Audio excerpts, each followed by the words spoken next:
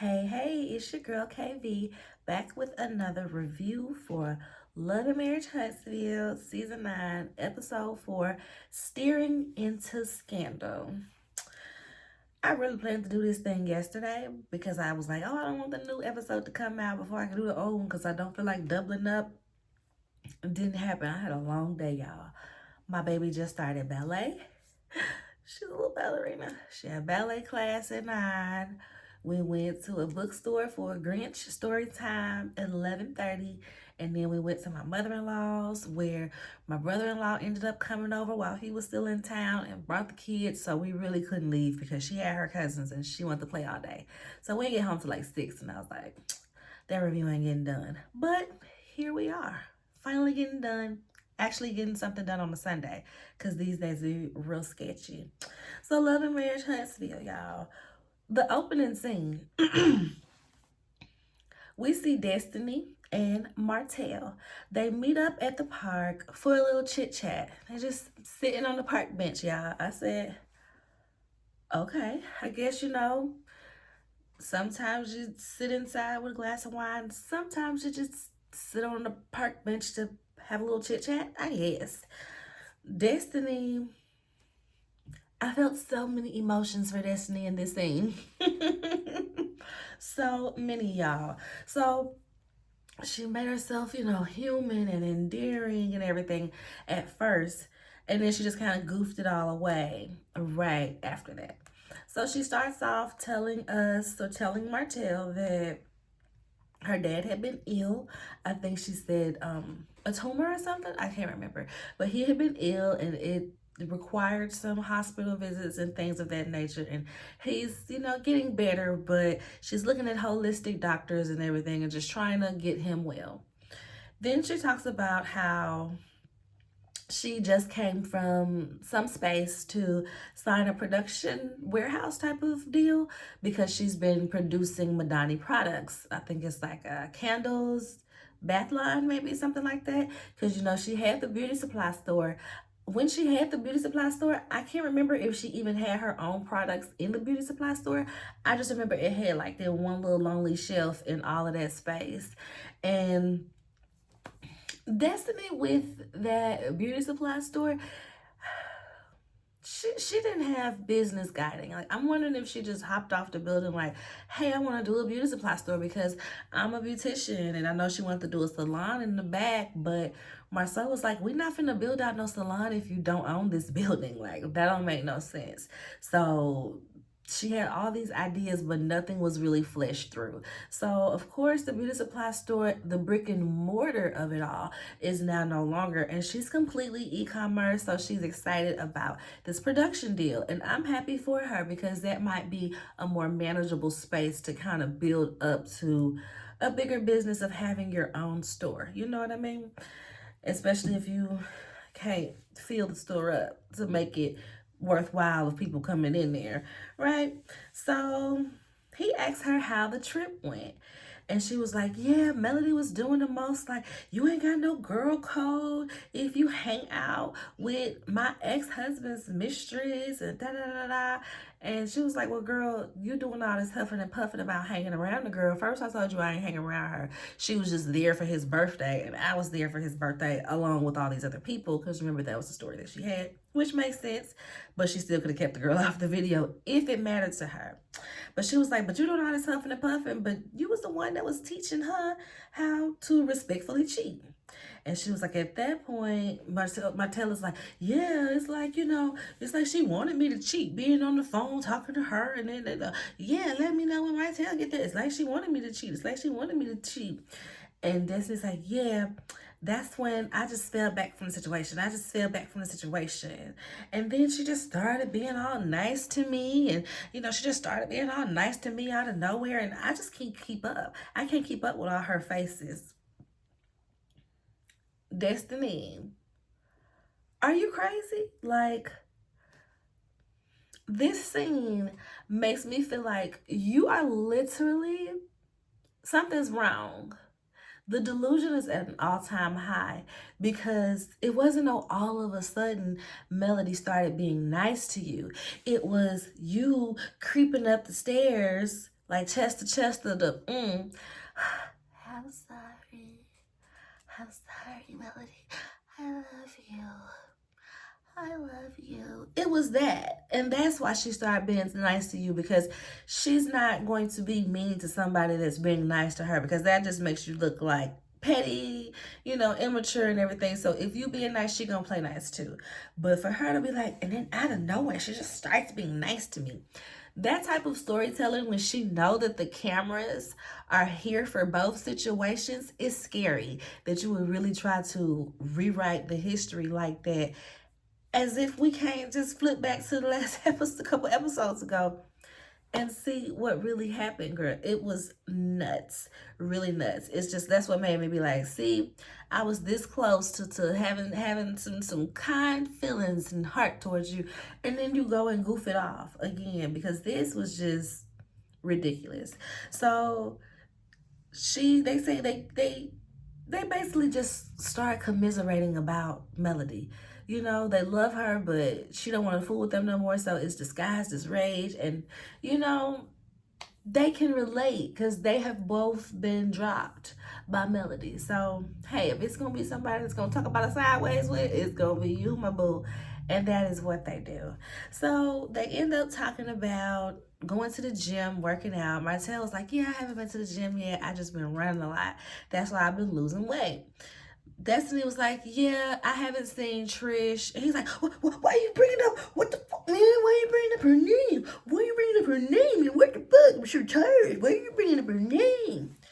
And Destiny is like, she's my trainer. And he was like, oh, my bad. Everybody just been bringing this up every time I turn around. Trish, did you smash? Did y'all go over the house? Trish, what you do, Martell? We know you a dog. What's up? And he tells her about all of the guys going out for the archery classes, and Kim was there too. Yeah, he's a cool dude, yada, yada, yada. He mentions that Marceau asked him if he smashed, and Destiny was like, in front of Ken? Messy. He's like, yep, in front of Ken. And Martell was like, right? Especially with his cheating record. Like, he be acting like, he ain't never been in no situation to get divorced, or he ain't never gave no reason to be divorced. But remember he said he was sleeping with 30 men, with 50 women, whatever crazy number it was. Marcel been through some dirt out there on Marcel. And it's not hard to believe. Marcel definitely gives Tisha need to stay at home so I can be in the streets. She can't know nobody in the streets, so they don't tell her what they see me up to. That is what he gives, because he didn't want her to have no friends. He didn't want her to work. He just really wanted her to be at home with them kids when them kids are school age. I don't ever understand, like, being completely at home, not doing nothing when your children is school age. Like, do something. Train to be a yoga instructor. Go play tennis, join a tennis league or something. Stay at home, mom it up. I'm not dissing the stay at home moms. I'm just saying, be productive still. You might not be in nobody's office, but go be on somebody's court. Go be in somebody's knitting club. Go learn some skills. Okay, go do something you ain't never did before in 2 to 3 hours a day while you ain't got nothing to do. And then the rest of the time you can be preparing meals, picking kids up, doing this, cleaning up, whatever have you. But he wanted her at the house doing nothing. But Tisha came on up out of that as soon as she got up on the show. Hence why she now is able and got on the show and starts to hear these rumors, and we hear these rumors, and 50 girlfriends, and is that the back of your head in this picture? And I mean, I was in Atlanta, but I was in Atlanta with Fletcher. Yeah, that'll fly. I'm like, that didn't help. Fletcher's a cheater as well. What are we doing here? But anyway, that's basically how Martell went in on Marceau. Because I was like, how did I get here? Because that's what Martell did. That's basically what he did when it came to Marceau. Next, we see Nell and Mel. Both of them was annoying. Both of them was annoying.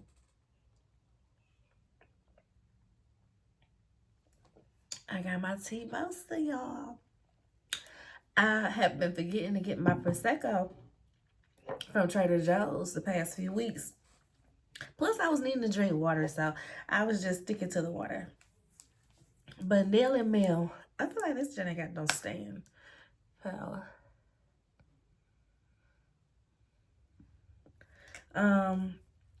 Nell is still mad about that place card, y'all. Still mad about that name card. She even takes it further and says, I feel like I should have had Sunny's room. Ma'am, you're doing a lot. You're doing a lot right now. Mel is like, well, I mean, it's not like I left out your room. It's not like I left the card on purpose. It just happens. I thought since you were, the oldest of the group, you would basically be more mature about it. She said, allegedly, I'm older than all of y'all. And I'm like, ma'am, some of these girls are closer to age to your children than they are to you. Your children is older than everybody else, because even if you want to bring Kimmy into the equation, your children older than Jalen.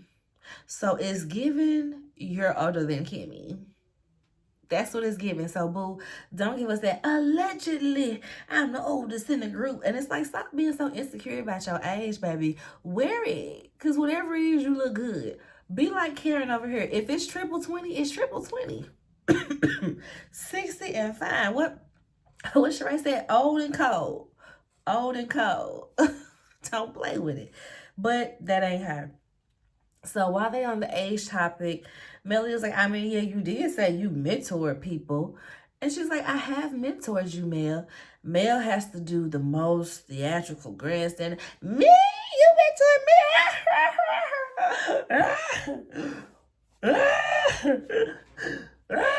You mentored me? And it's just like, how do y'all deal with it? And then it's the disrespect of it all, because you trying to play her out like she's some dummy, like she don't know nothing. I'm not even a huge Nell fan like that, but I was offended for Nell, because what is all of that? What is all of that? Right? Melody tells her, I have a therapist, a mom, and my God, I don't need you to mentor me. And she was like, well, I counseled y'all. It's been countless times where I've been with y'all. You crying, we counsel y'all in marriage when it's all four of us, when it's just the two of us. Like, I've counseled you before. Melody is in her confessional saying that she thinks of mentoring in a business sense. And I said, that makes it even more disrespectful at you cackling the way that you did. Because, correct me if I'm wrong, don't Nell got a daycare? Ain't she had this business longer than you had your business? That business probably dang near old as you is. And you trying to play her out like she don't.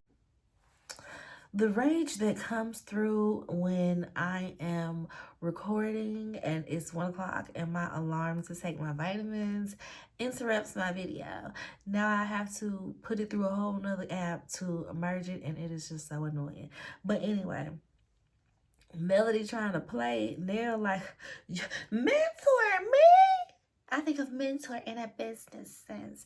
Okay, well, Nell got a business and it's been successful, and her husband got a business and it's been successful. So why is it so far-fetched to believe that she would mentor you in business or in relationships? Girl, it's just the disrespect for me. It's the disrespect for me. But Melody is like, girl, enough with that. I'm mad at you because you were speaking on me in this interview. You was lumping me and Martell together, saying that we're both hard-headed, we're both exhausting, and all of this stuff. Nell is like, I have been through a lot with y'all. Y'all are exhausting. Mel said, but I don't even come to you with that stuff. That is Martell coming to you with that mess majority of those times. So why would you lump me in? Nell admits, like, yeah, you're right. It's mostly Martell. You don't really come to me with the mess, but, my bad, whatever. It is what it is. Mel is just like, well, that hurt my feelings. That hurt my feelings. And I can understand all sides of this situation. On one end, y'all are on this show, y'all are cast members. People are going to ask you about the other. You give your opinions on people when you're asked, whether it's your friend or not. You give your opinion, Melody. So why be so offended by this? But at the same time, yeah, don't group me with Martell. Don't generalize me with him and his shenanigans. Okay? Don't. They not like me. Melody said, they not like me. Forget us. They not like me. Don't generalize. So like I said, I get it.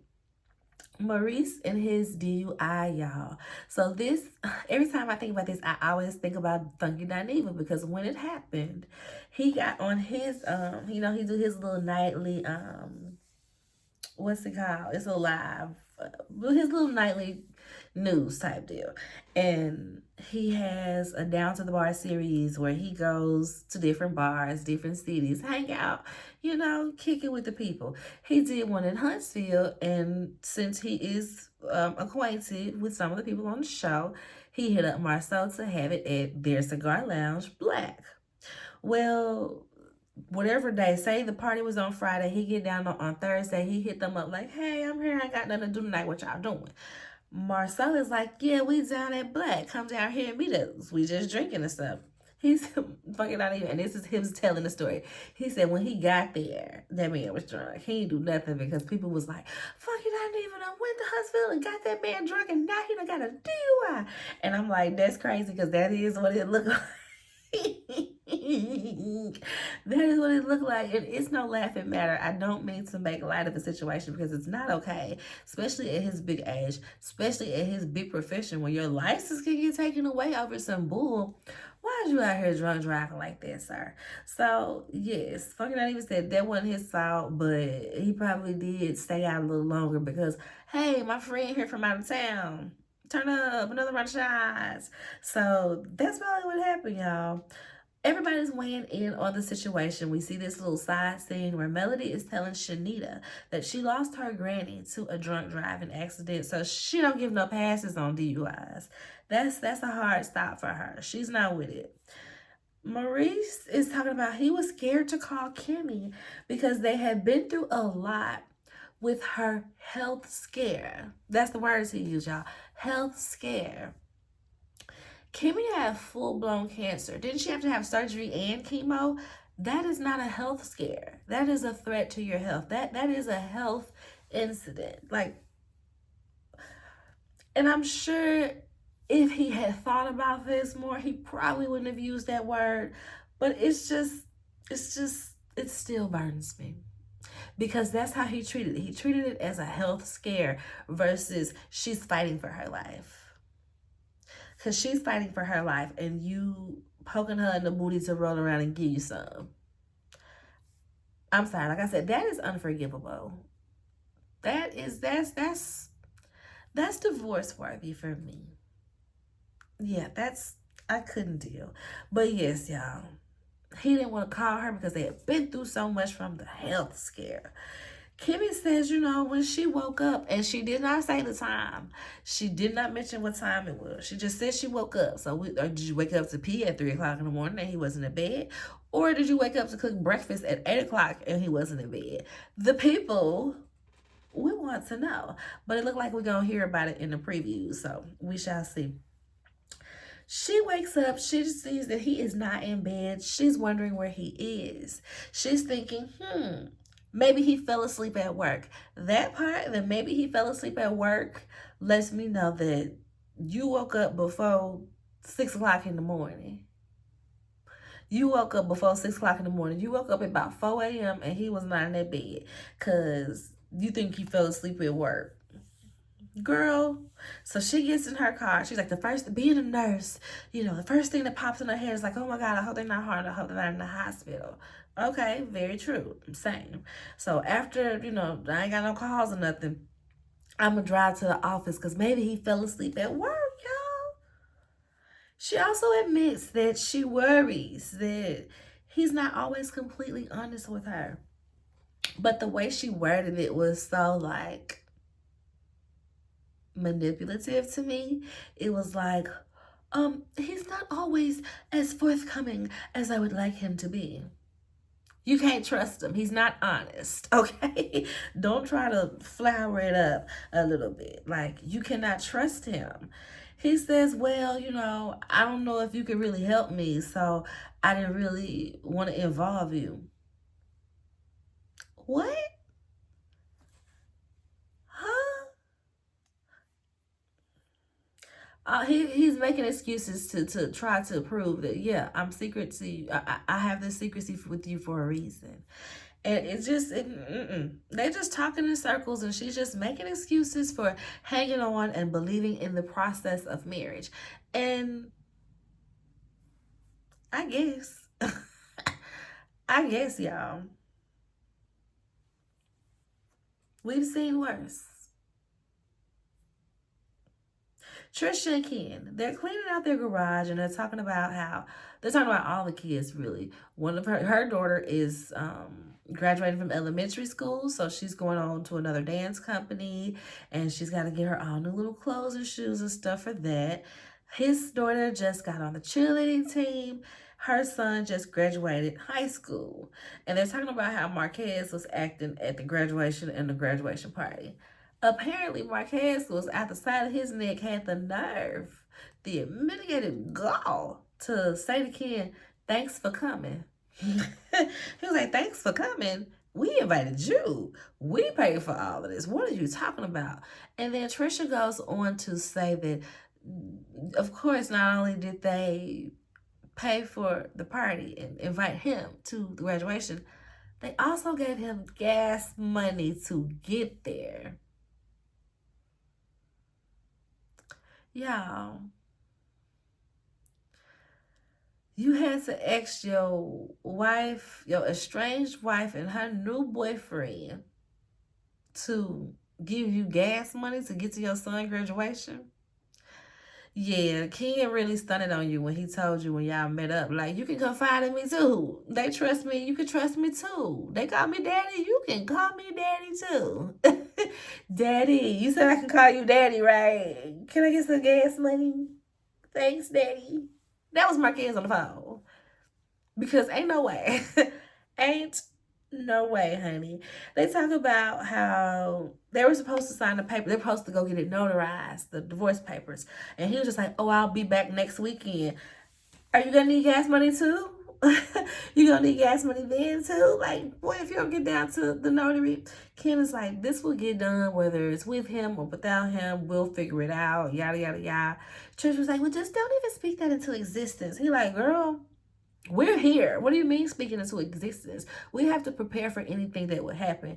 You still being married to this man is holding our lives up. We can't do a lot of the stuff that we want to do because you still married to him." I said, "What is it that y'all trying to do outside of get married? Propose and get married."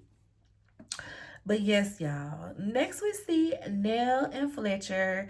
They're at the Fred Astaire School for Dance Lessons. Nell is truly hurt by Mel and how she played them off like we didn't mentor and we didn't counsel them. She said that she left her sick and dying mother's side to come counsel Melody. She has spent countless hours, countless time on the phone, countless time talking to her, countless time listening to her cry. And they flash back to a scene. The scene that they flash back to, it felt kind of petty to me because it's like Melody is crying and letting it all out. It wasn't really a scene where she was counseling her or mentoring her when it comes to relationships, marriage, and divorce. It was very much a scene where she was just a listening ear. But we have seen scenes where they mentor and counsel them. So they could have shown a scene where it was all four of them and they were literally sitting there asking questions, answering questions, giving advice on how to move past cheating and how to move past these moments in a marriage. So that was kind of petty on production. And I feel like little stuff like that, that's where you see that they sway Team Mel. They sway Team Mel because they absolutely could have found a clip where they were actually being mentored. But they chose one where she was just being a listening ear. I caught that. Did y'all catch that? Y'all better catch that, dog. So, yeah, she said, this is Neil. She says that, I'm not a do girl, and I feel like that's clearly what Melody wants. She wants a do girl, and that's just not me. I can't be fake and not really liking somebody and say this and say that and then be around them and be in their face. I can't be fake like that. Nell is over it. And everybody's like, "Oh, Nell is just repeating what she hear Martell says when Martell calls Melody, when Martell says Melody wants do girls and stuff." And I'm like, yeah, but also you can see that Melody wants do girls. Like, were we all not just watching the same trip? Did we all not just And so this is the thing about how Melody handles Nell in this episode. On one hand, yes, it is no problem with setting boundaries with your friends and letting them know how you want to be treated and your expectations in the friendship. There's nothing wrong with that. But if you're telling me what I can and can't do and you're talking to me like I'm crazy and you completely downplaying the relationship that we have, it's just it's just been so off-putting. For the most part, I've been like, oh, okay, I see why people like Mel. But then it comes these moments where it's like, you didn't have to do that to that lady in the face like that. Like, you really, really didn't. So, last thing we see, Mel is having a free food giveaway, and Shanita is the only friend that we see there. She lets her know she's tired of this. She's more giving with her time and her money to the other castmates, basically, but they do not return that same energy. She said, well, they might be a little busy with all their dealings going on. Because did you see that DUI? You saw Reese got a DUI? She said, she was annoyed by it. This is where she mentioned that she lost her granny to a drunk driving accident, and she has no passes for DUI. And with Reese, she saw him on Instagram or Snapchat or whatever the next day, and folks was like, free Reese, free Reese, free Reese. And I'm like, fucking not even, was that you? Or was it Marcel? Or was it somebody else? But she said they was on the live, on the thing, whatever, talking about some free Reese, and he was drinking that very next night. I said, yeah, because that was the down to the bar party. That's what made me feel like it might be fucking not even. But yeah, Shanita asked, do you think he's got a drinking problem? Melody says they have always been partiers and he is the most immature. They flash back to, what was that? Was that his bachelor party? When they was at the strip club and he out there with the strip throwing money, slapping booty, like just doing the most after having a grand old time, which is kind of like, the camera's right here. Not saying that you can't, and not saying that going to the strip club is anything to be ashamed of, but as a grown man with a wife and a son, I would just expect you to have a bit more decorum than that. But hey, do you? She said, and now he wants to be a community leader with all these MLKJ speeches and stuff. She says he needs to be Beyonce challenge mute. Beyonce challenge mute from now on. I said, child, baby. She said, I am disappointed. Mugshot after mugshot after mugshot. And they show Martell's, they show Destiny's, and they show Reese. Mugshot after mugshot after mugshot. What are we becoming? This started as Black excellence. When they show that picture of all the couples dressed up in their ball gowns and their gala finest. Just, I think this was, doing the anniversary dinner or something. This used to be Black excellence. And she was like, don't group me with them no more. Kendrick said they not like us. They not like me. They not like me. Not like Melody. Not like Melody. That's basically what she said. She petty, but she ate. She ate that. That whole little rant was like points were made. Points were made, okay? So that took me out, baby, because what is happening here? It's turning to love and lock up Huntsville and not love and marriage Huntsville, because half the people ain't gonna be married in a minute. Or not married to the person that they on the show with. So yes, y'all, that episode was a pretty good episode. It gave me a cackle. Okay, it gave me a good old cackle. But that is it for this episode. I hope y'all enjoyed the review. Make sure y'all like, thumbs up the video. Subscribe to the channel if you haven't already. Comment, let me know what you thought about the episode and the review. Until next time, bye-bye.